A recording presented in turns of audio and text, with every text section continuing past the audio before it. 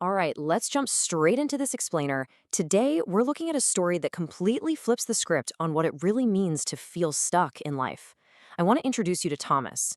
So, Thomas is 32, and he's working as a night shift security guard at this massive warehouse. Picture this: he's living in a tiny one-room apartment, broken fan in the corner, sleeping on a mattress on the floor right under a flickering light bulb. The guy literally has holes in his shoes. But you know what? His biggest problem isn't actually a lack of money. It's a total lack of hope. Every single night, like clockwork at 8 p.m., he goes to work, walks 4 miles patrolling the grounds, and does his job perfectly. I mean, he's definitely not lazy, but hard work alone just isn't moving the needle for him. He's exhausted, he's broke, and he feels entirely trapped in a life that's going absolutely nowhere. Which brings us to this incredibly agonizing question: will this be my life forever? Every morning at 6 a.m., Thomas makes the long walk home from his night shift. And as he's walking, he's looking through the windows of the houses in his town. He sees families sitting down for breakfast, kids getting their backpacks ready for school, guys in crisp, clean shirts heading off to their office jobs. He is literally watching the rest of the town wake up to live out their dreams, while he's dragging himself home just to sleep.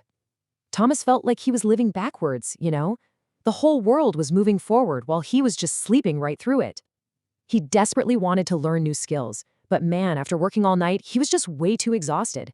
He was surviving, sure, but he definitely wasn't living. And then comes the breaking point. One freezing cold Tuesday morning, Thomas gets a phone call. His mother, who lives way out in the countryside, has collapsed from extreme stress and exhaustion. Thomas rushes 3 hours on a bus to get to this tiny village clinic. And right there, holding his hand, his mother delivers this just heartbreaking plea. She says, "Please, my son, do not waste your life like I wasted mine. Find a way." Looking at his mom's weathered hands, hands that had worked in the fields for decades with practically nothing to show for it, something inside Thomas finally snaps. It wasn't sadness anymore. It was straight up anger at his own helplessness. Standing outside that clinic in the quiet dawn at 5 a.m., Thomas makes a declaration. He says, "No more. I will find a way out." On his bus ride back to town, Thomas has this massive paradigm shift. He happens to notice a well-dressed, clearly successful local businessman named Mr. Chun, just peacefully reading a book. It's 6 a.m. So Thomas actually asks him, "Why is a successful guy like you riding a public bus so early?" Well, Mr. Chun explains that he wakes up at 4:30 a.m. every single day to read, think, and plan before the rest of the world even opens its eyes. When Mr. Chun hears about Thomas's schedule, sleeping from 7 a.m. to 4 p.m., he points out exactly why Thomas is trapped. Thomas is stuck in what he calls survival life. He's sleeping when the world is working and working when the world is sleeping. Mr. Chun introduces him to a whole new concept: foundation life. He tells Thomas that the hours between 5 a.m. and 7 a.m., those are the magic hours. That is when you build the life you actually want while everybody else is still dreaming. Now, let's talk about the math behind this, because this is absolutely crucial. When they meet up the next day at a cafe, Mr. Chun breaks down exactly why these morning hours are so powerful. If you dedicate just 2 hours every single morning to building your future, well, that's 14 hours a week. It's 60 hours a month, and it is a staggering 730 hours per year. To put that into perspective for you, 730 hours is the exact equivalent of 91 full 8-hour workdays. Just by waking up 2 hours early, you are literally gifting yourself 3 extra months of productive, completely uninterrupted time every single year. Time that everyone else is literally just sleeping away. Let's move to Section 1, the Magic Hours System and how to rebuild your foundation. So Mr. Chun explained it like this.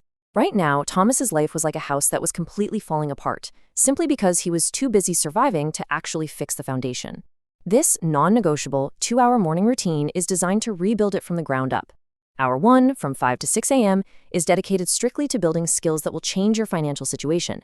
No TV, no mindlessly scrolling on your phone. You learn a trade, a language, or a high-value skill. Thomas, who only had a high school diploma, used this exact hour to watch free Excel and accounting tutorials on YouTube. Then you have hour 2, from 6 to 7 a.m. This is to build your body and your mind. Look, your body is your vehicle. If it breaks down, you've got nothing. Mr. Chun recommends 30 minutes of exercise followed by reading or planning. For Thomas, this meant forcing himself to take a 30-minute walk around his neighborhood in the pitch dark and then coming home to read basic accounting articles. Next up is Section 2, 3 rules for success and protecting the system. Mr. Chun challenged Thomas to 90 days, but he gave him 3 totally non-negotiable rules to protect his routine. Rule number 1, no negotiation. You wake up at 5 a.m. every single day. Yes, including weekends. Saying to yourself, oh, I'll just skip today. That is exactly how you fail. Rule number 2, sleep by 9 p.m. Guys, this is massive. You absolutely cannot cheat sleep and expect to succeed. Your body needs 7 to 8 hours of rest, so you have to strictly control when you get into bed. And rule number 3, the first week is going to be absolute hell. Your bed is suddenly going to feel like this warm magnetic cloud trying to pull you back in, and your brain is going to invent a million excuses why you should stay asleep. But you have to push through it. Consistency is completely mandatory if you want to make it to the other side.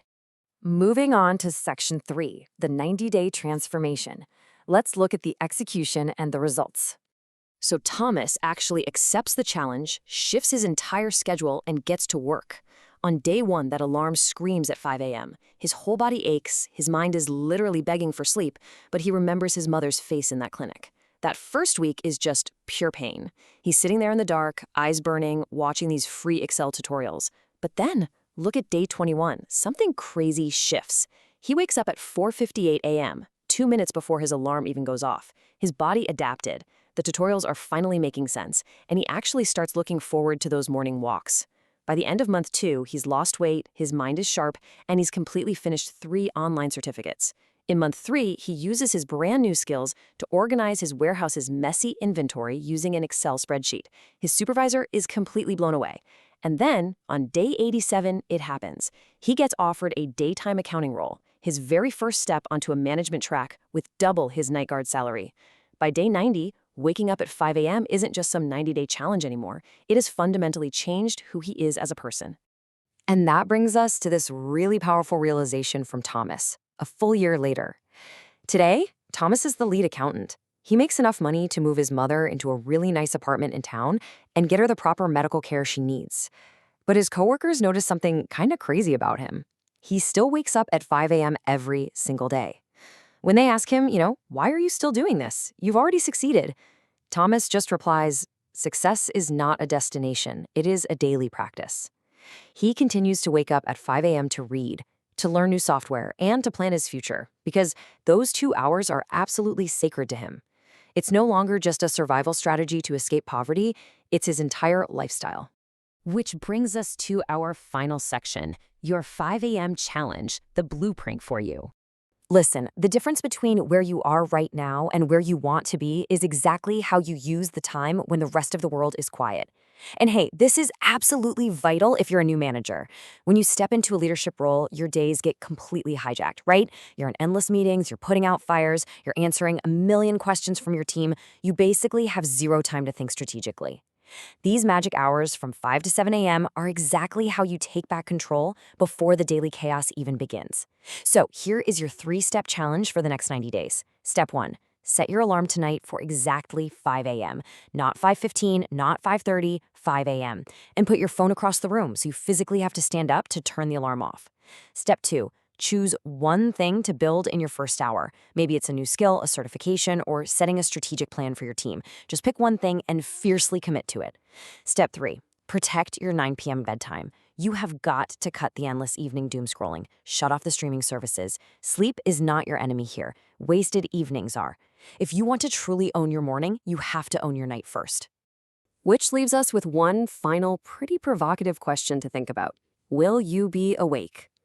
Think about Thomas. He had no money, no degree, and 0 connections. Literally all he had was the choice to wake up early and start building. You have the entire internet, education, and endless opportunities right at your fingertips.